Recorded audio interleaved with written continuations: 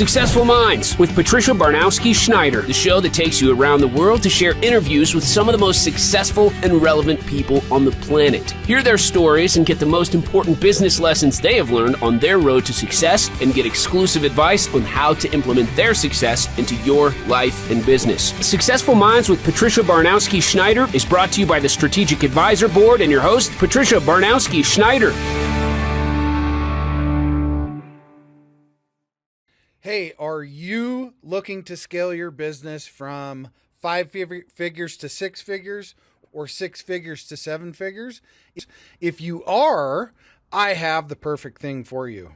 What I want you to do today is I want you to go download a book. This book is going to take you through my 3-pillar system. It's 100% free. All you have to do is go to growfast.cash. I say again, go to growfast.cash and you're going to be able to download my free international best-selling book, which is called Be Good, Be Brief, Be Gone. You can take that book. It's going to help you scale your business to the next level. Again, go download it. Be good, be brief, be gone. Growfast.cash. I say again, growfast.cash. Enjoy. Hello, and welcome back to Successful Minds. I'm your host, Patty Baronowski-Schneider. Today, I'm joined by U.S. Navy SEAL William Branum and HR Pro Brenda Neckvatal. So welcome, William and Brenda. Tell us a little bit about yourself, and whoever wants to go first, go for it. Oh, you would. Thank you so much. You go next. So I am, so my name is Brenda Neckvatal. If you want to find me out on the internet world, you can simply find me by either hashtag Dear Brenda or hashtag Yo Brenda. I am a tenured 30-year HR professional, experienced, and I am a crisis management and group dynamic specialist. Now you're up, William. All right. Yeah. So my name is William Branum. I'm a retired Navy SEAL. I spent 26 years in the SEAL teams. When I retired, I felt like I lost my mission and my purpose and my team. And it took me a long time to figure out my new mission, purpose, and team. And what I found is the things that we did in the SEAL teams, as far as leadership and teamwork and building high-performing teams, translate directly to the corporate environment. And so Brenda and I have come together and combined forces when Twin Powers activate, and created some pretty amazing lessons from the battlefield to the boardroom to help teams really become the best versions that they can possibly become. Very nice. Well, now I'm going to keep you on the spot since you're on here. So can you share a defining moment from your time as a Navy SEAL that illustrates the importance of teamwork and leadership? Wow, good question. Defining moment. I don't know about a defining moment, but I will say that, you know what, maybe I do. I think that the defining moment for me, I believe, was probably 2004 to 2005, when I was put into a leadership role and I was underprepared to perform that role.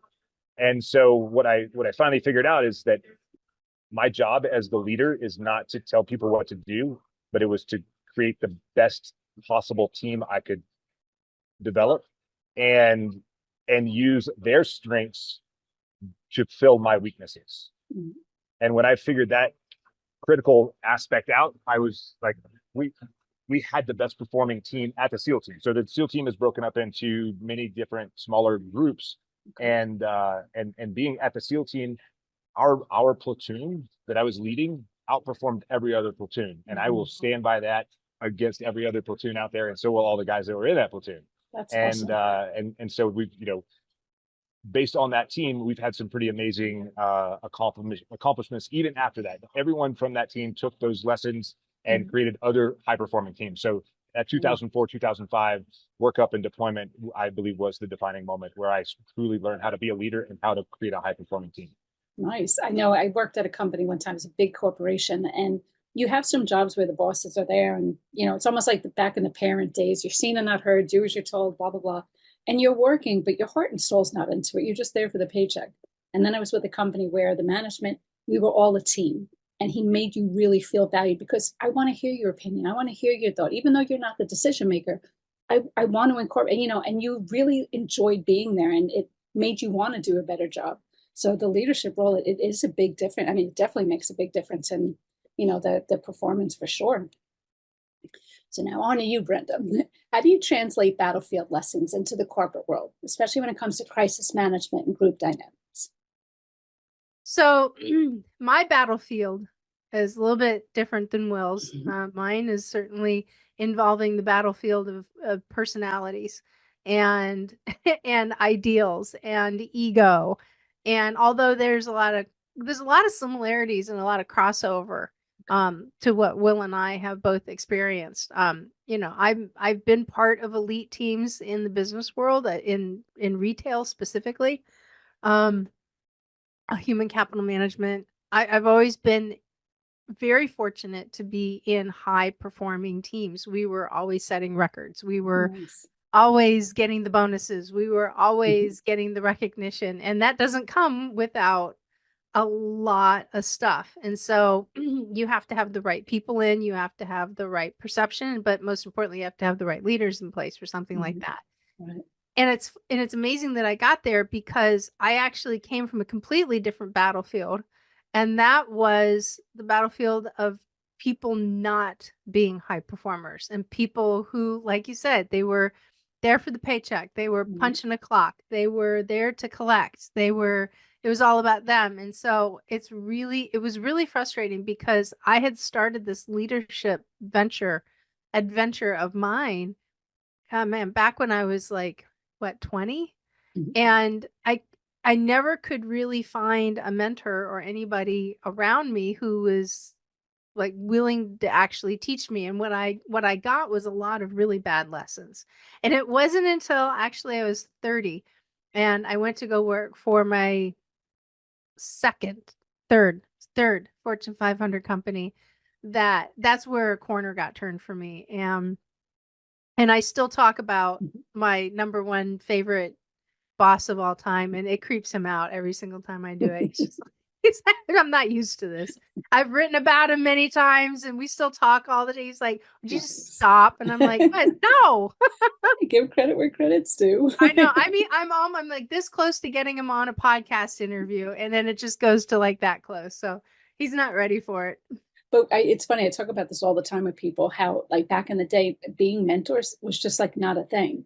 Like I had started in a predominantly male industry. So the women who are in the industry, they're not going to share anything or help you, because it's all like competition, which is silly. And the men just were like, again, do your job. So it wasn't a thing. And now it is. And it's like, wow. So I'm always willing to help everybody, because I'm like, I wish I had that when I needed it, because you pretty much learn the ropes from the ground up, with no help at all. It was a lot of trial and error to get there. And now helping people, it's such a huge thing. All right, so now I'm going to give this one for whoever wants to answer this. So what inspired both of you to collaborate on mission ready, building high performance teams from the battlefield to the boardroom? So you could talk about that, like your book and whatnot.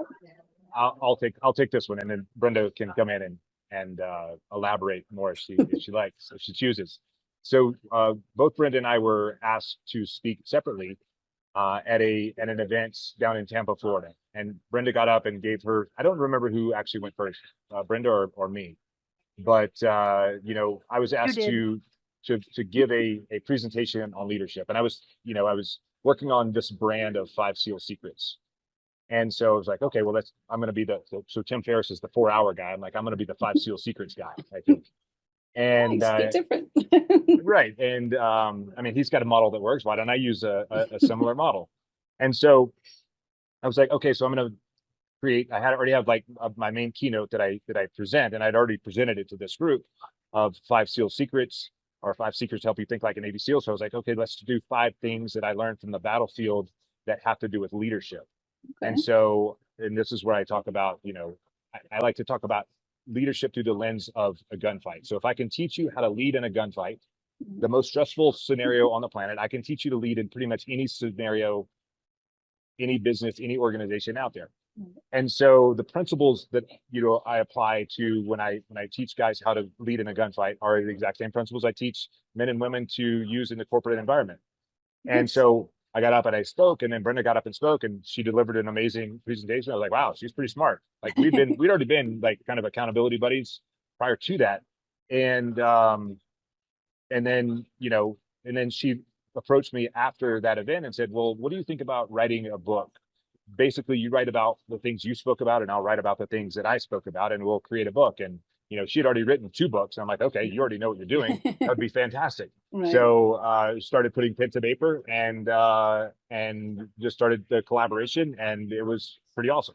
And Nice. I'm super stoked on this book coming out. I know, can't wait for it to come out. Tell everybody about it.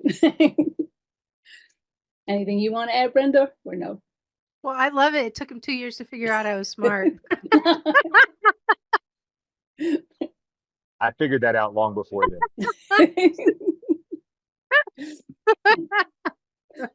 No, I mean, she's written 2 books. I'm like, wow, I'm sure I need to follow her around. Yeah, exactly. Right. Well, they always say you learn from people smarter than you, so follow. 100%, Yeah. 100%. No, I'm really excited about this because, there's a lot of information out there about leadership. And the type of approach that we're taking on this is the functional, and that's a lot of what Will covers, right? Mine is a different kind of functional. So we were actually talking about this the other day. And, when Will breaks everything down about communication, about, talking about commander's intent, which means that you're really forecasting what you are expecting to come out. So he gives fundamental practices that these folks can put into place. Then when they actually engage and they start getting into it, well, now the people side kicks in and you're going to have reactions and responses. And there's not as much information out there as to deal with that realistically without how do I want to say it? There are aspects of my field of study in human resources that are shifting. And I think we are getting too far away from levels of accountability. And there's more decisiveness now rather than things coming together, So it lends an opportunity for people who are not experienced with dealing with very difficult people, like people who like to, argue and debate everything. And, narcissists, that's like a hot buzzword right now, right? Yep. And they are. It's really difficult. And it seems like there's more and more and more today, when in fact, at the end of it, and this is kind of getting a little away from the topic of the book, but it really is a heartbeat of why we deal with these things, is that we have a generation now that is so used to clicking a button on a phone and getting instant information and that dopamine hit, and they get instant gratification. We come from the generation where people not only knew how to use an abacus, but could spell it, right? And we didn't have that. We looked up our information. We had to go and, do a lot more legwork. And so, there are different disciplines in the work environment today. And so being able to lay out proven fundamentals with also proven tactics to keep the momentum moving forward. And that's what I love about this book so much. Yeah, it's funny. I just had a conversation with someone recently who was holding with Gen X, Gen Z. I would not want to be in your position at all in this day and age. I always say I feel like I'm on another planet. I just don't get it. But, it's a whole other story. Well, we just lead each other now. Yeah, good. But that's the cool part, is that we actually operate like a high-performing team. Nice. Either way, the thing about in the SEAL community, and will back me up on this one, is that every SEAL out there has the expectation to lead and be led. And so we take that approach. We may not always see exactly things eye to eye at first, but we have the ability to talk through it. And we're not afraid of holding each other accountable and having difficult conversations. That's again, that's where people nowadays struggle with. But, from our era, it was just the norm. And it's good to bring people back to that, because everybody has to be accountable for something. You can't just pass the buck all the time. That's not life, Yeah, so I guess, can you provide an example of a challenging team dynamic that you face in the corporate world and how you successfully navigated it? Me personally? Yeah. Probably the biggest dynamic I ever had to face. as a leader, I'll address the one as a leader. I actually stopped an activist shooter event from occurring. Wow. Yeah. And the one decision that I made, and I have never done this in my career up until this moment, and hopefully I never ever have to do it again. But after all of that, and like interviewing and having difficult, challenging conversations with the CEO and the COO and the decisions that were made, I had a manager. We were doing a briefing afterwards with the supervisors because they knew something was up. Mhm. And this guy is now suddenly gone. And so we had explained to them, or I had explained to them, that this person is no longer working with us, that we've taken appropriate action. We do know that some things were said, got around, but as far as we're concerned, this is a closed investigation. It's a closed deal. And one of the managers asked me, she goes, "Well, do you think this person is a threat?" And in the environment that this team worked in, if you're distracted, people will get hurt and die. And so I said, "No, I don't." And I said it with confidence and conviction, so much so that the COO looked over at me, and he's like, "Really?" And I told him Talking about the afterward, same guy. I said, "Look, we got to put the brave face on, because if we distract them with our fear, someone's going to get hurt." So that is a dynamic, believe it or not. No. Fear is See, a big dynamic. again, I would not want to be in your position. I mean, these are things normal people don't have to do, I mean, depending on your role or whatever. Yeah. But yeah. Wow. So I guess, how do you both see the role of adaptability in building and maintaining high performance teams, both in the military and in business? And you asked that question a little bit differently. Yeah. How do you see the role of adaptability in building and maintaining high performance teams, both in military and in business? Well, I think adaptability is a critical part of being in a high performing team. I was looking to see if you were looking for something a little more specific. So I'll just kind of talk. I'll talk to the actual question that you asked. Adaptability is absolutely critical. We'll just use we'll use Netflix and Blockbuster, for example. Okay. Blockbuster was a brick and mortar store. Netflix was a mail your DVDs out into the world. Blockbuster could have jumped on that exact same bandwagon, but they were like, "No, we're good. We got our brick and mortar. We're doing awesome." And then the environment changed dramatically to streaming video.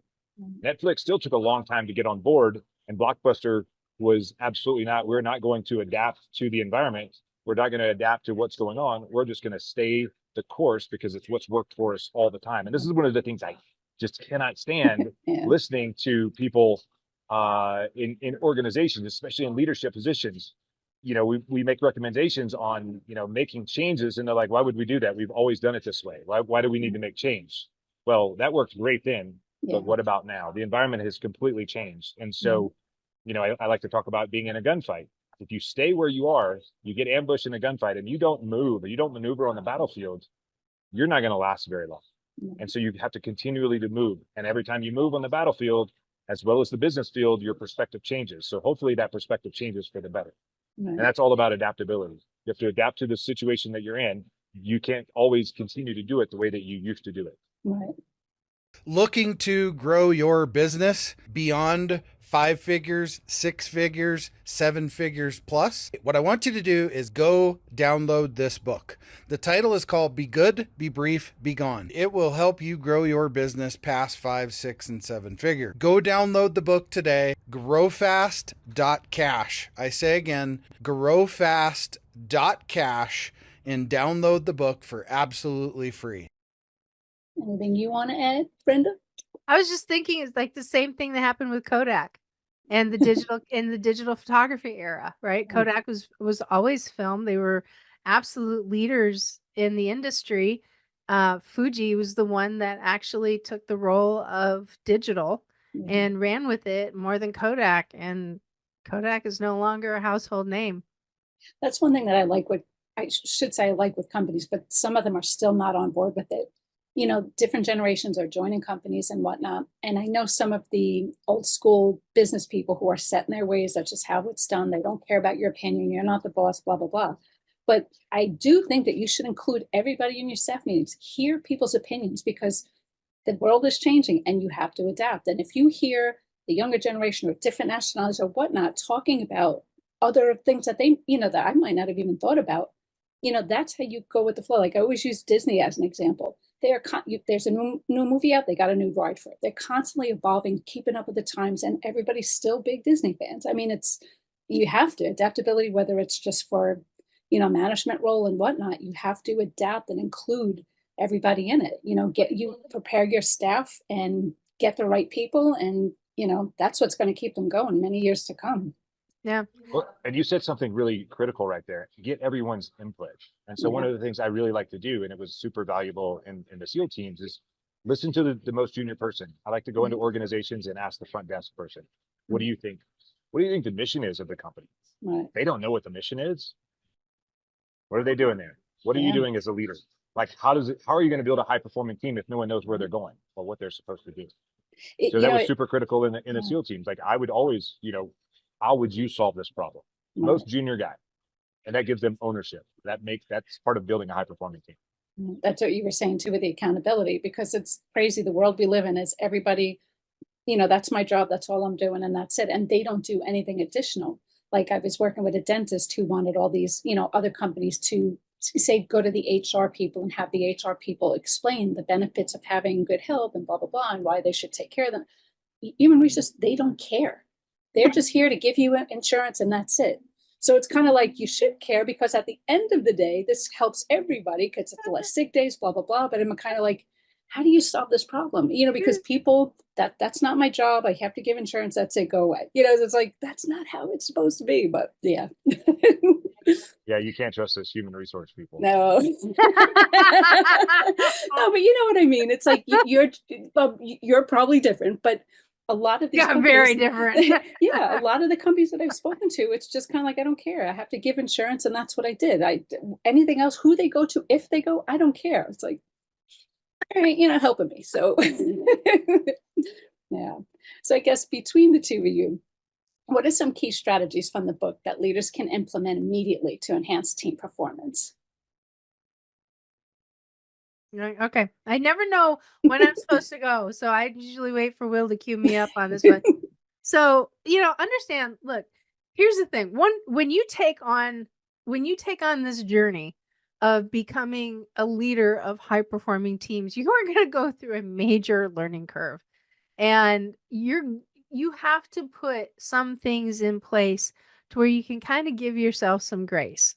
You have to have some grace. I mean, high performers, we beat ourselves up. Matter of fact, I was on the phone the other day with one of my best friends. I've known him for 15 years, and I was upset about something that I did that I fell short on. And he goes, "Oh my gosh." He said, "Will you just get off of your own back?" He said, you are absolutely a high performer, but he says, look, you've got to start forgiving yourself. He's like, take your own advice. And I was just reacting. Like I go through my process, right? I react, and then I look at myself in the mirror and I'm like, all right, well, we're going to put that to bed, kind of a thing. So, you have to give yourself some grace, and you have to make a way for that. Because if you are constantly beating yourself up, you're never going to enjoy the win. You're never going to, people around you are going to see it. And all of a sudden that is going to leach on to other people. So don't do that. That's bad. Understand that change is dynamic, and that there are certain things there's a curve that takes place, right? And so when things are starting to happen, and we all know it when we're right in the middle of it, it's just like you seem to be in this really huge storm. Well, here's the good news. Storms are temporary and they do blow by, right? So just remember that you are in a kinetic environment when it comes to leading a dynamic team, and leading a high performing team. And if you slow down, your team is either going to run you over or they're going to follow you. So you have to make sure that not only are you leading them, but you have to lead yourself. Oh, I like that. Ooh, isn't that good one? You have to lead yourself. So I will jump on Brenda's coattails there. So one of the things I like to say is you as the leadership, you have to build the culture of the organization. If you're not driving the culture of the organization, then someone else is driving that culture, and it's probably something that you don't want it to be. So you as a leader, you have to drive that. And kind of the formula that I have for building culture is you need to have 3 to 5 things. Any more than that is too much and no one will remember. It's 3 to 5 things that are easy to remember. They're something that you can repeat every single day. And there has to be some context behind those 3 to 5 things, whatever they are. And they also have to be non-negotiables in your organization. Yep. They have to be firing offensives.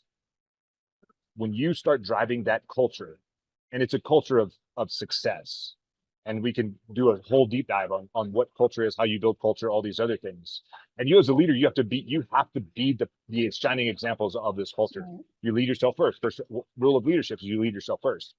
You have to be the shining example of that. You have to drive it every day. You have to speak it every day. The more you repeat it, the more people will start to repeat it back to you, and they will start living that culture. They will start repeating the culture, and it will start to proliferate throughout the organization. So the most important thing, I think, in building a high performing team, one of the most important things is to drive that culture.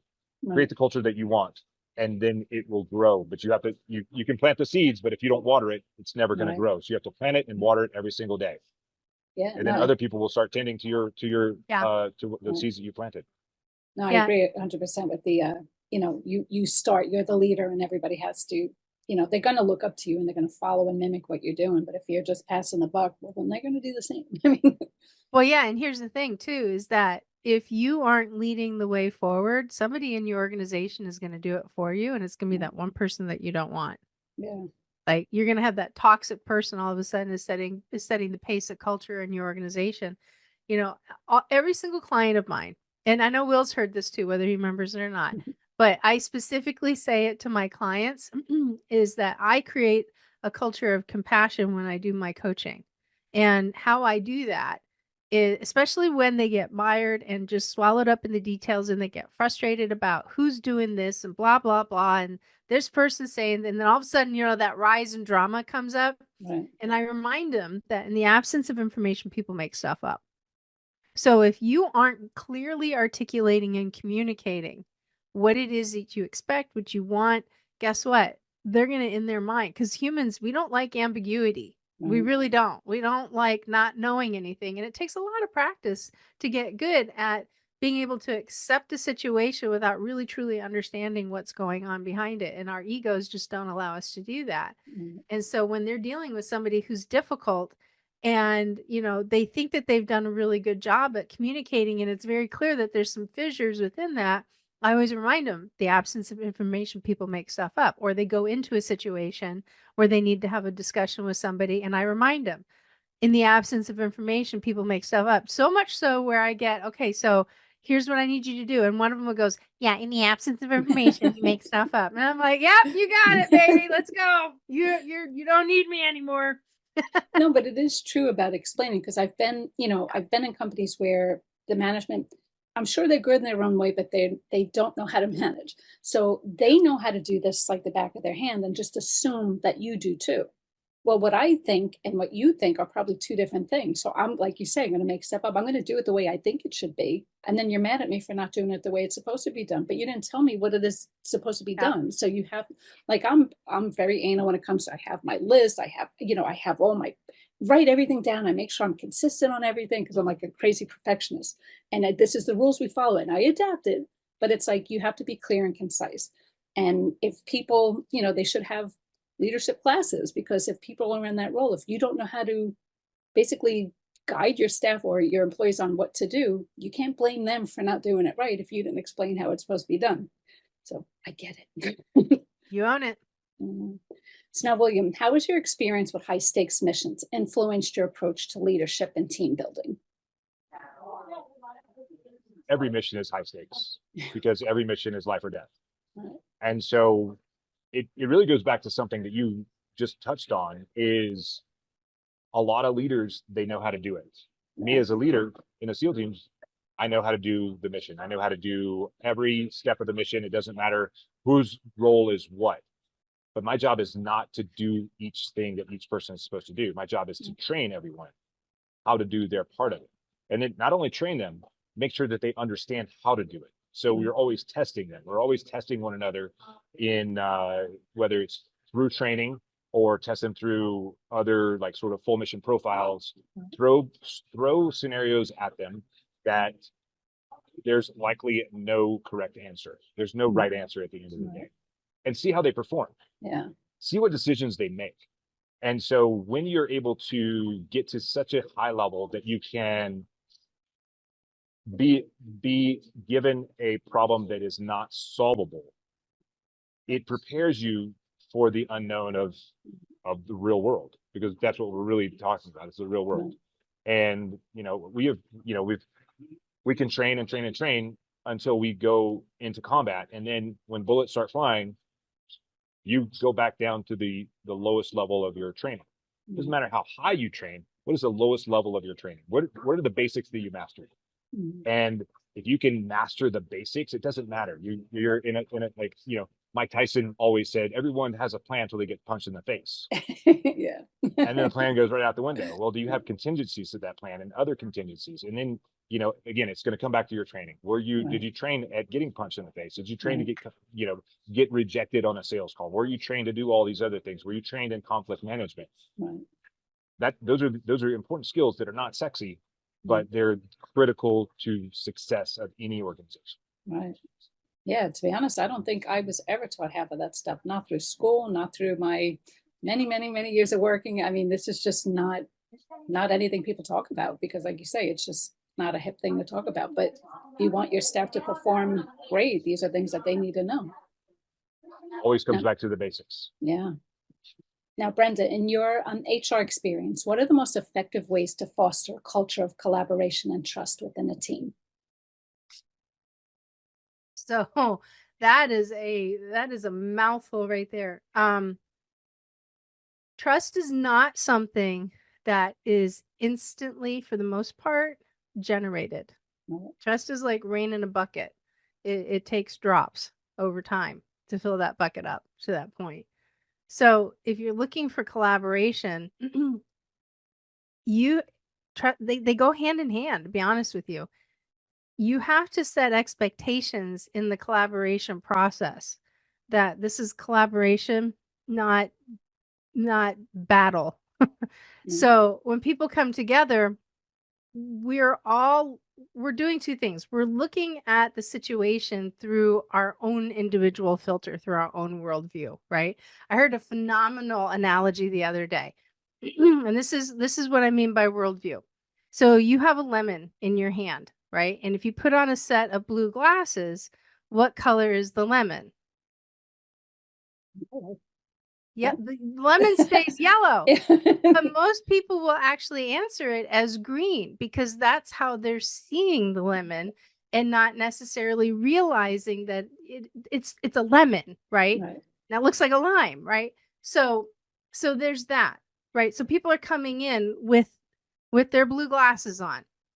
And then they're also coming in from the perspective of they're in a table, but everybody's got a different role. So everybody's going to be the champion for making their own job easy.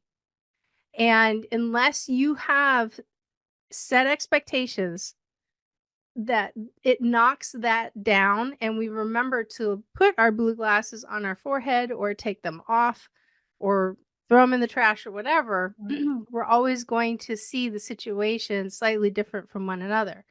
That's where the relationship building is key and critical, because it's going to take a level of maturity to get through these discussions without letting your ego actually reign in the environment. Then it'll go from collaboration, and you'll see like cohesion completely falling apart.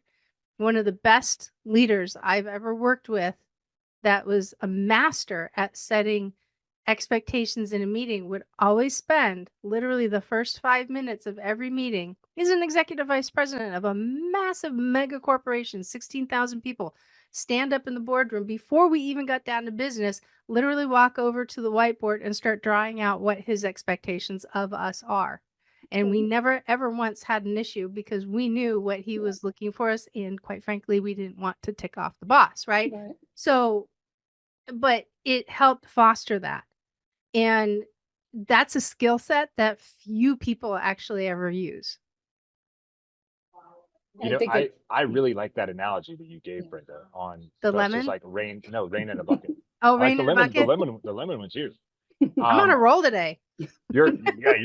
Awesome. So I love that. Yeah. But I think on the trust side, it depends. I think a lot of leaders, a lot of people, I'll just say people in general, they want to trust people and they give trust. They become lazy with trust. And so they give a lot of trust in the beginning because they're being lazy about it. And then trust gets lost because expectations weren't set or whatever the thing Weren't is. met. Mm-hmm. And then it really becomes that rain in a bucket or rain in a bottle even. Yep. So it's much harder to earn that trust back. It's a lot more rain to fill up the bottle now, where it was less rain to fill up the bucket because the opening is bigger. But if we lose trust is lost, that opening gets very small. And so most of the rain goes outside. So I love that analogy, and I will probably steal it. I may or may not give you credit. Who knows? But I like what you said too with the expectations, writing it out so people know, because so many times I've had jobs where I'm like, oh, I'm sorry, I didn't have my mind reading hat on. I can't do what I think you want me to do unless you tell me. Like, you apply for a job and you have the whole entire job description. I know what's expected of me, or so I thought. And then once they see what you can do, now suddenly that list grew. Well, how was I supposed to know you changed it? I knew what I was hired for. Now you're changing. But, so unless you communicate, which again comes to the good leaders, if you don't communicate what you want from me, you can't get mad at me for not giving you what you wanted from me, And that's true when it comes to solving problems too, right? If you have a major conflict that's going on, you got two people are smashing heads, right? And one person comes up to you and finally says, listen, I can't handle this anymore. This situation is going blah, blah, blah, blah, blah, blah, blah. I've developed a single question that you can ask that will actually help you get to the root of what it is this person is looking for. And that is, what do you want to see at the end of this? What is the most important thing to you that you want to see coming out at the end of this? And they'll tell you. That's the genius part of it. They're just here, blah, right? They're just gonna, do what they do. And believe it or not, it actually eliminates a lot of that, conflict barking that we hear, because you just got to the heart of what's important to them, right? Now you can turn around and you can help them understand how much of that problem you can solve. Number 2, can you fully solve it? And number 3 is what should move up to the front, is help them realize where they've got skin in the game on this, right? That's how you lead the way. And by doing that, believe it or not, you're throwing you're throwing some serious trust bombs out there, because now you're having an adult conversation with an adult. And that's, at the end of the day, it's pretty much what they want. Yeah. All right. Now, whoever wants to answer this one, what do you hope readers will take away from Mission Ready? And how do you envision it impacting leaders and teams in various industries? You want to do this one? No, you started, so I'll pause. Okay. You didn't unmute fast enough. What I want them to take away is that leaders are only going to be able to get people to do what it is that they need them to do only after they start understanding what the root and the heart is of a human being that wants to do the work, but you just understand that you're not on the same page. And it's just a way of it's a roadmap to getting people on the same page at the end of the day. Yeah. You have to do just as much as hard work with people as you do with building the business. Now, you want to add, William, or are you good? Yeah. So, and again, there are 2 parts to the book. There's Brenda is really the people part, and I'm on the tactical, I guess, part of it. And so that's Brenda's part. My part is the tools, philosophies, principles that are going to help leaders just become better leaders, help them detach when they need to detach, help them engage when they need to engage, help them to multitask. There's no such thing as that. You can find out in the book. There's no such thing as that? We can cover that if you want. But and what those things mean, because I'll give you the multitasking. So in a gunfight, you have to multitask, but not really. And I use it sort of tongue in cheek. It's ironic, because everyone thinks that multitasking is doing a bunch of things at one time. In a gunfight, you need to be able to do three things really, really well. You need to be able to shoot, you need to be able to move, and you need to be able to communicate. But here's the trick. You can't effectively shoot when you're trying to communicate with someone or when you're trying to move. You can't effectively communicate with someone when you're engaging the enemy or when you're trying to move. And so, I say multitask like a Navy SEAL. You can only do one thing really well at a time. So you have to stop doing one thing in order to do the other thing really effectively. Where, it's like you're not trying to drive down the road, put on lipstick, smoke a cigarette, and text your friend at the same time. That's what people think. We're multitasking over here, and then the soccer ball rolls out in the street, and That makes sense. So if you're going to do something really well, if you're going to be a very highly effective team leader, whatever it is, you can't multitask. There's no such thing. You have to stop doing one thing in order to do the other thing, or else you're doing kind of a halfway job of the thing that you're trying to do, of the two or three things that you're trying to do at the same time. Yeah, that makes sense. I know it pokes a hole in the paradigm of multitasking where everyone thinks you're more effective when you multitask, but there have been study after study after study that show that if you try to multitask in an organization, the organization is less efficient. That's what I always said with jobs. I mean, you can have a staff of X amount of people, but figure out who's best at what thing, and then let them focus on that, because you can have a great team, but maybe I'm really good at A and B, not so much C and D, but someone else is awesome at that. So together we make a great team. Let them focus on their strengths. So I agree with that 100%. Now, anything else you want to talk about that we didn't cover? Like, you want to show us the cover of the book, Brenda? So everybody can just be prepared. It's an author's proof. So there's a big ugly band in the middle of it, but this is actually what it looks like. Mission Ready. This is just a proof. So it's going to be coming. It's going to be coming in August. We're pretty excited about it. We've had the honor of Rob O'Neill actually write the foreword for us, which we're very excited about. Robin will go way back in that. Their antics also go way back as well, I'm sure.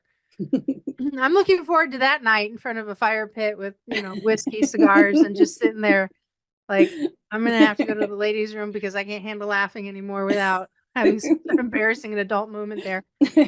Nice. Well, how can people, I guess, learn more about you, find out, or get in touch with you?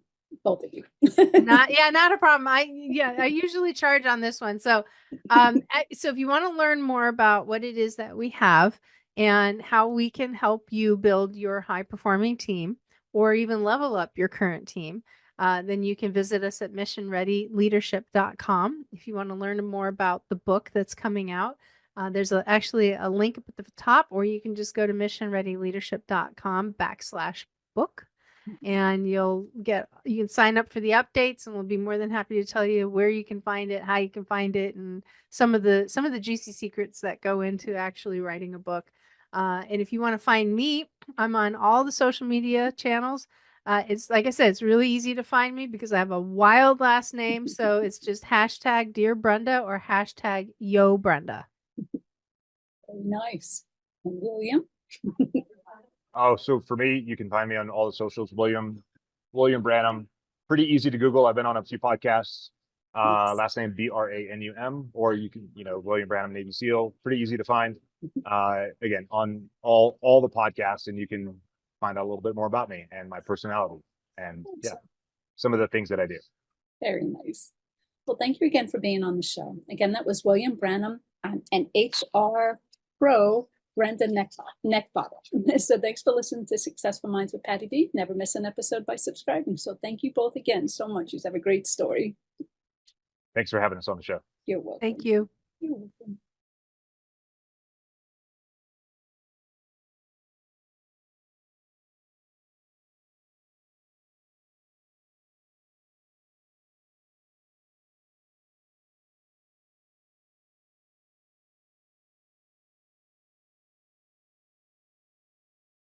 Hey, we all want to scale our business. Hey, I have the answer for you today to help you do that. If you're looking to scale from 5, 6, even 7 figures and beyond, book called Be Good, Be Brief, Be Gone. I'm going to give it to you for free. All you have to do is type in growfast.cash. I say again, growfast.cash. and you can download the book for absolutely free. I hope the book helps you this year. Take your business to the next level. Again, go grab the book, growfast.cash. I say again, growfast.cash. I wish you the best and grow, scale, and win. Thank you for listening to Successful Minds with your host, Patricia Baronowski-Schneider. Please leave your feedback and visit strategicadvisorboard.com to get the latest and greatest business advisement on the planet. Follow us on social media for updates, and we'll... There it is. Magnum. Holy moly. Yeah, baby! That's what I've been waiting for! Dear God. It's beautiful.